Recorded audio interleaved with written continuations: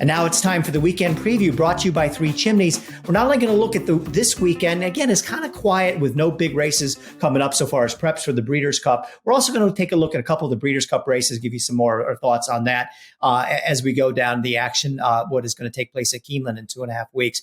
At Aqueduct on Saturday, Belmont and Aqueduct, the Hill Prince and the Noble Damsel are on the scorecard. They're graded races on the turf. And the Maryland Million will be run this weekend at Laurel. But I think, Zoe, the most interesting action of the weekend is taking place at Keeneland. First of all, the Keeneland is featuring the Raven Run Stakes, Alexis Raven Run, a Grade 2 race. Very interesting horse in there in Fingal's Cave, trained by Dave Dong. I'm really interested to see how this horse does. 4-for-4, an undefeated New York bred, but has never faced off against open company before. What do you know about Fingal's Cave? Well, she's a very good filly indeed, and I actually got a chance to speak to Dave Donk about her. There are a lot of nominations in here because she's a New York bred and she's purely won her earnings in restricted races. Those don't count, but I'm pretty sure she's going to get in. Dave's pretty sure she's going to get in, so that shouldn't be a problem. And speaking to Dave, he's not scared about facing older. Shameless plug to my good friend Marette Farrell, who purchased this Carpe Diem filly for not much money, just $75,000 at the OBS April sale. And she's done nothing but win ever since. Short, long, muddy, fast track. She's tactical. I personally think she might be a better filly around one turn rather than two. Her owner, Ali Fife, is a Scotsman, a good friend of mine, a guy with the best shoes you'll ever see in your life. You see some guy walking around Keeneland with a fancy pair of shoes on, you can bet your life it's Ali Fife. And he's a guy who's put a lot of money into the game. And this most definitely is his best filly. Originally, she was purchased from Sequel Stables at the OBSL. She was named Out of Money Honey, which we thought was a great name for her. And I think Ali's wife liked it as well. But Ali didn't like it, so he renamed her Fingal's Cave. And it's proven to be good. Not bad luck at all. And she'll have to deal with Wicked Halo, a winner of 3 straight races, including the Grade 2 priors. Now, caveat, we're giving these horses out and talking about these races before the entries are drawn. So if one of these horses doesn't show up in the race, don't blame us. We're just trying to get our schedule done and get everything done in time. Also, Saturday at Keeneland is the Perryville. The obvious favorite in there will be Gunite, the winner of last year's Grade 1 hopeful. Surprisingly, this is not a graded race. Certainly looks like on paper and the type of horses lining up for it, it should be. But Artorias is in there as well. Remember, this horse won the Curlin Stakes, came back in the Travers, ran 6th, had a freshening for Chad Brown since the Travers. Zoe, what do you know about Artorias? He runs well fresh, and he's a big, beautiful looking son of Arrogate. You see this here? It's Arrogate right there. That's the World Cup right there. Big, beautiful son of Arrogate. Most recently worked with Jack Christopher. So keeping the best company in the morning for Chad Brown. And he's got to be one of the favorites going in there. Would you not think, Randy? Yeah, I'm a little surprised that Steve Asmussen didn't run Gunite in the Dirt Mile. He was originally considered to be one of the contenders for the Dirt Mile, and I thought he would at least be in with a shot because he's in outstanding form right now. So a little surprised that he's going in this race instead of the Dirt Mile. And one more note, something you said earlier, if you see anyone walking through Keeneland with a pair of fancy shoes on, it will not be me or Bill. That's for sure. Yeah. Yes. Including as long as you don't think $19.99 Walmart specials are fancy shoes. And it won't be Lucy either, right? No. Yeah. Hi, Lucy. The TD and Riders Room and the weekend preview is brought to you by Three Chimneys. Sharp Azteca got his 3rd stakes winner over the weekend with Alma Rose, who won the White Clay Creek Stakes for owner-breeder Gelfenstein Farm. We're looking forward to watching another 2, actually, of Sharp Azteca's first crop, Tyler's Tribe and Sharp as Attack, who are both being pointed now for the Breeders' Cup Juvenile Turf Sprint in 2.5 weeks at Keeneland. We'll be right back for part 2 of the weekend preview after this message from Three Chimneys.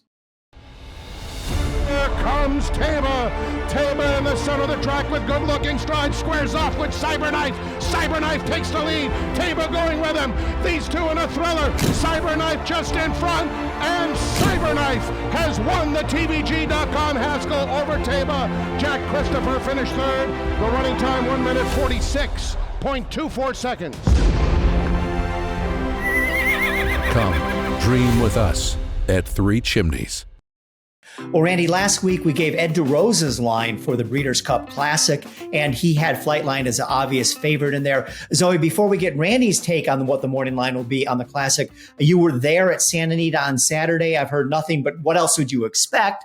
But glowing reports on Flightline's workout. What did you see? Well, if you didn't see it, you can watch it again on xbtv.com. I'm just throwing in these shameless plugs all the way through here. But again, you didn't see a lot, to be perfectly honest. And John Sadler simply said that next week he's liable to go at 7:45 because it's getting darker here in the mornings. If you watch the work, you're basically just going to see some lights. It looked a little bit lighter in person, and he did it very easily. One laver aboard him once more. Officially, I think he went in 1:11.4.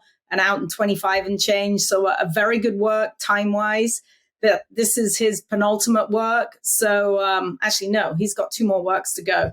He'll have one more, probably 7:45 on Saturday, and then one at Keeneland, which will basically just be a once-around, gallop-around feel of the racetrack. He looks super. I mean, I went back to the barn and saw him. It's so funny, his groom Renee holds him out there, literally at the end of the shank. Now, if I was John, I might be a bit worried that the world's best horse is 12 feet away from his hot walker there, but he'll just stand there and watch horses go by or watch birds flying through the sky. He's just a cool dude to be around and just a really cool horse. Now, Randy, you made him 3-5 in your line. I was trying to find if there's any betting started on the Breeders' Cup Classic. Betfair has opened up an anti-post wagering on it. Very little money in the pool so far, but they have him at 7-10, trading right now at 70 cents on the dollar. So I see you made him at Flightline at 3-5, and that looks like, you know what? I'm thinking that's the right line, but at the end of the day, we might be saying that was a bargain. Yeah, I'll take that one. No. I mean, 3-5, I think, is pretty legitimate in my opinion. I think that's what Ed DeRosa had him as well, if I'm not mistaken, given the competition that he's facing, right? I mean, he's got some pretty good horses he's lined up against. You know, of course, those horses haven't done anything like he did in the Pacific Classic, but there's nothing wrong with Epicenter or Taba or Life is Good.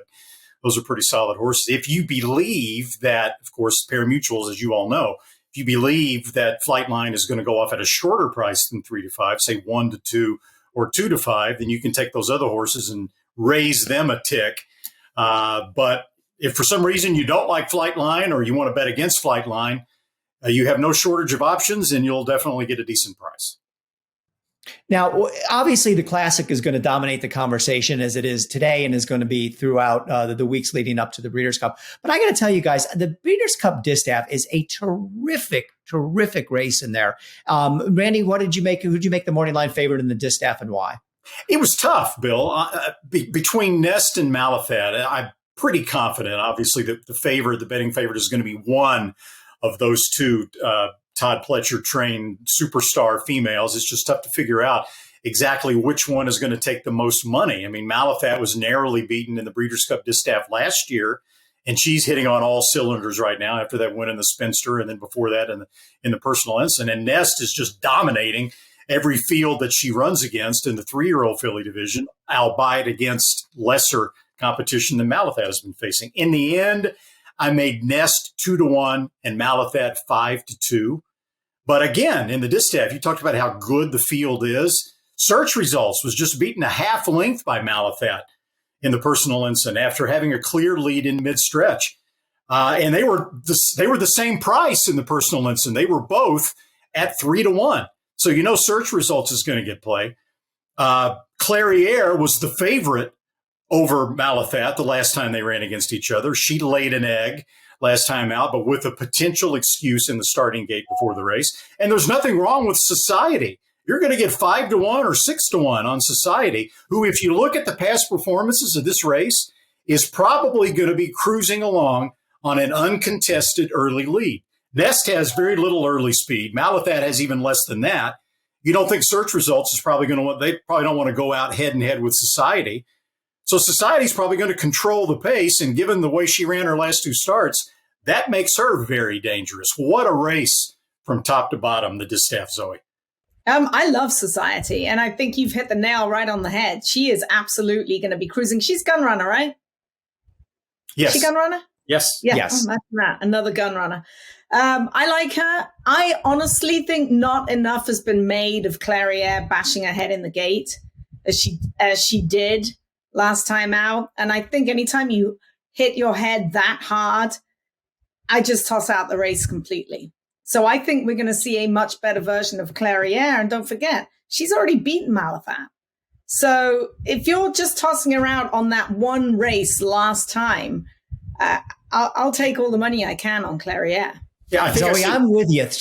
She's the forgotten horse in this for the very reasons that you said. I mean, people are talking about Malathaat perhaps being the favorite. Though, Randy, I think you're right. I think Nest will be the favorite. But Clairiere at 9-2 in your line, that's the bargain to me. That's the value, because she beat Malathaat on the square twice this year before she had that incident that happened. It obviously cost her personal lens. And Steve Asmussen is a trainer. You know he's going to have her ready. I think she's very, very dangerous in here. And she came back, to Zoe's point about hitting her head in the gate, she came back with a tongue that was cut and bleeding.